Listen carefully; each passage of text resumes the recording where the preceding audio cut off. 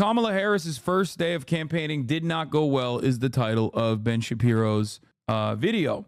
However, in the real world, I would say raising $80 million, like raising $80 million without even saying your first word as the presidential candidate is pretty solid, I think. But let's see what he had to say. Kamala Harris did a campaign event. It was really for her own staffers.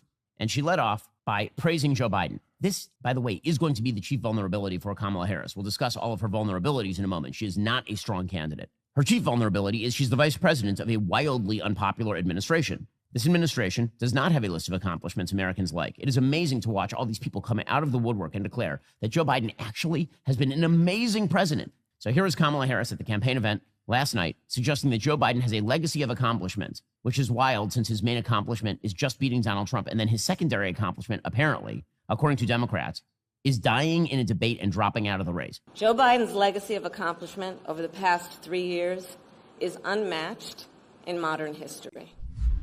Oh, boy, how'd you like 4 years of that? Okay, if I'm Ben Shapiro and I sound like I have to be shoved into a locker at any moment, I probably won't be making fun of the way people, sound all too much. I mean, it's basically like Ben Shapiro making fun of someone for their height. You know what I mean? Oh, that person is objectively too short to be president. It's like, bro, have you seen yourself? That's crazy. Oh, I can't wait to hear 4 years of that. Solid attack, Ben. You got this. His accomplishments are burning the Middle East to a crisp, lighting Ukraine.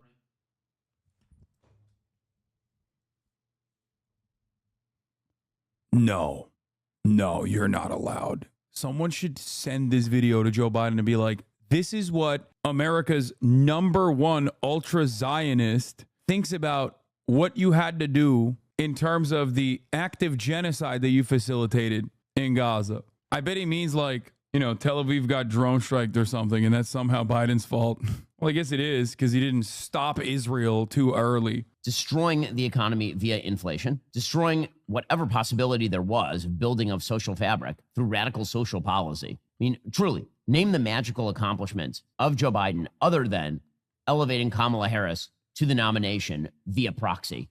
Because again, she has received zero, count them, zero Democratic primary votes ever in her entire life. Yeah, but she was on the ticket that won the election. You could say she's untested. That's a fear for the Democrats. That's not a concern, or shouldn't be a concern for the Republicans, because, you should be excited at the prospect of going up against someone who is so untested and possibly so bad. So what is her campaign against Donald Trump going to be? She says that she's going to prosecute Trump. Honestly, really, this is all you got in the can? Seriously, this is what you got?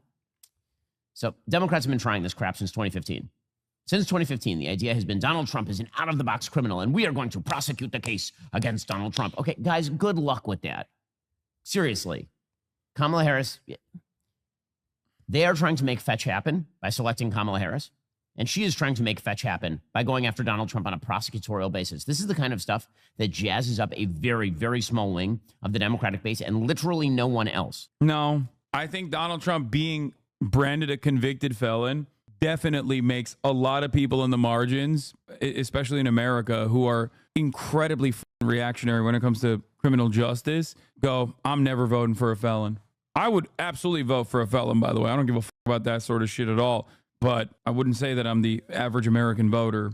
As many of you know, before I was elected as vice president, before I was elected as United States Senator, I was the elected Attorney General, as I've mentioned, of California. And before that, I was a courtroom prosecutor. In those roles, I took on perpetrators of all kinds. Predators who abused women.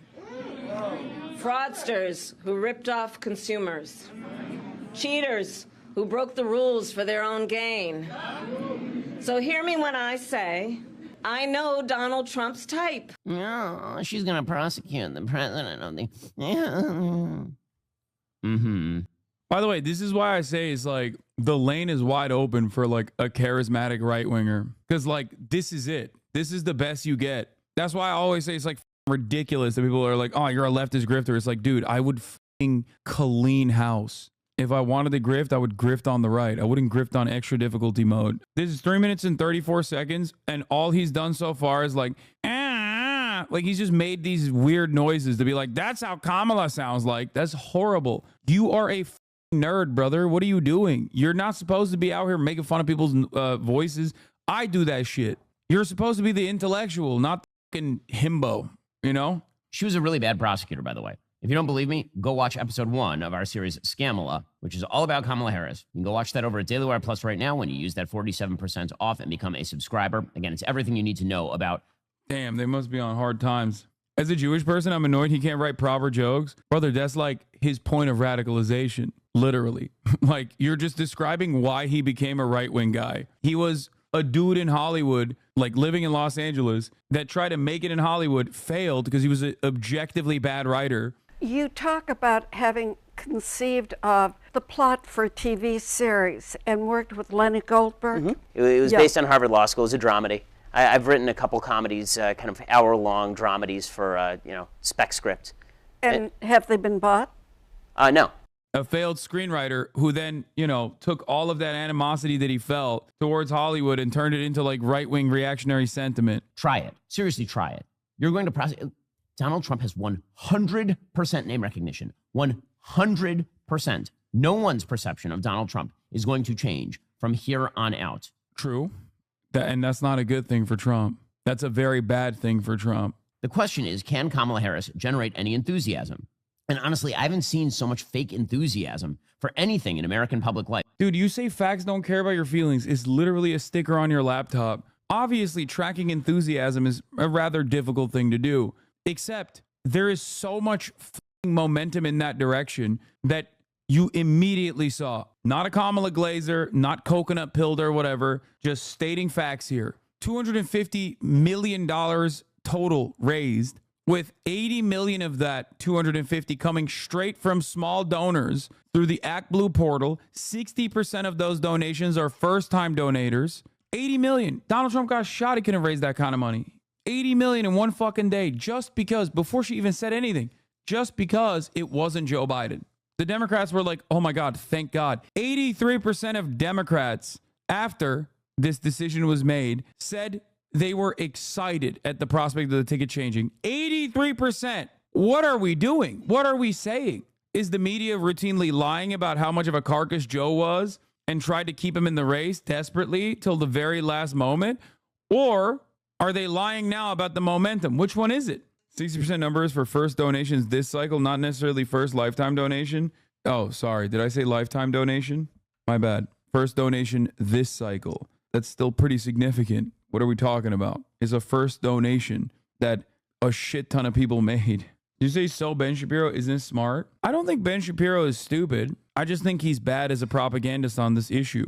I don't like Ben Shapiro. I don't agree with Ben Shapiro. I don't think he is a good person. I don't like his worldview, but I think he's a smart guy.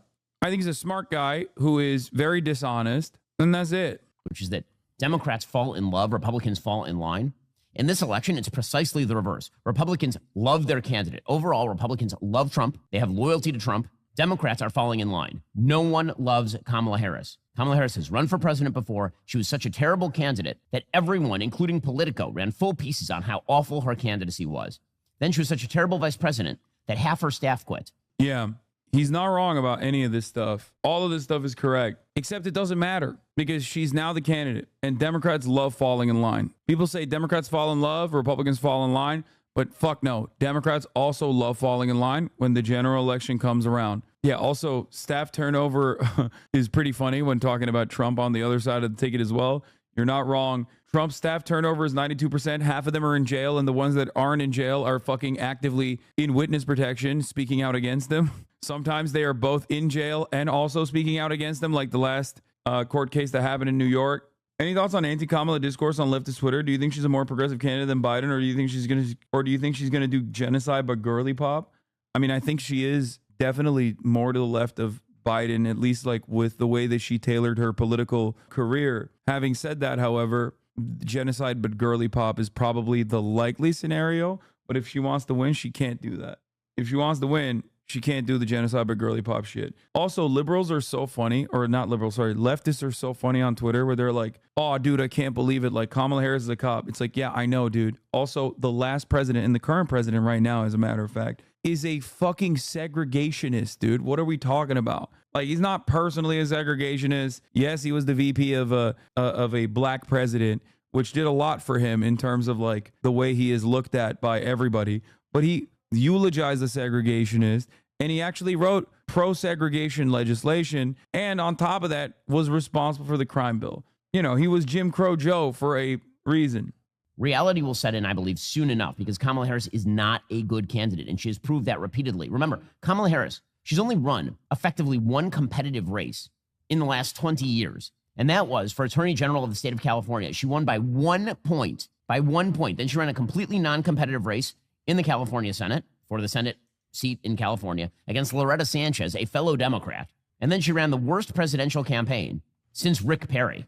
That's weird. You're talking about how she only won something against a fellow Democrat, and then you're talking about her primary defeat where she ran against other Democrats. Yeah, she lost the primary big time. I don't think individually on her own, I don't think she's the type of person. She's the type of person to be able to like successfully win a primary and then go to win a general election. But we don't have to make those political calculations at this moment because she is the Democratic Party's nominee. Here's Kamala Harris again, trying to make the pitch. We are not going to go back. We're not.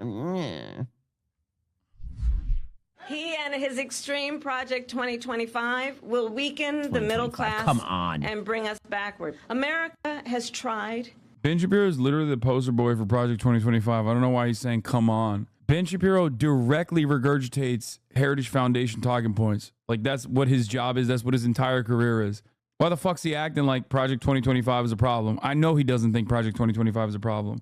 They do not lead to prosperity. They lead to inequity and economic injustice. And we are not going back. God, she is so awful. I mean, even her juxtaposition right there of prosperity with economic injustice is truly amazing. Because, again, the opposite of prosperity is poverty. Wow, dude.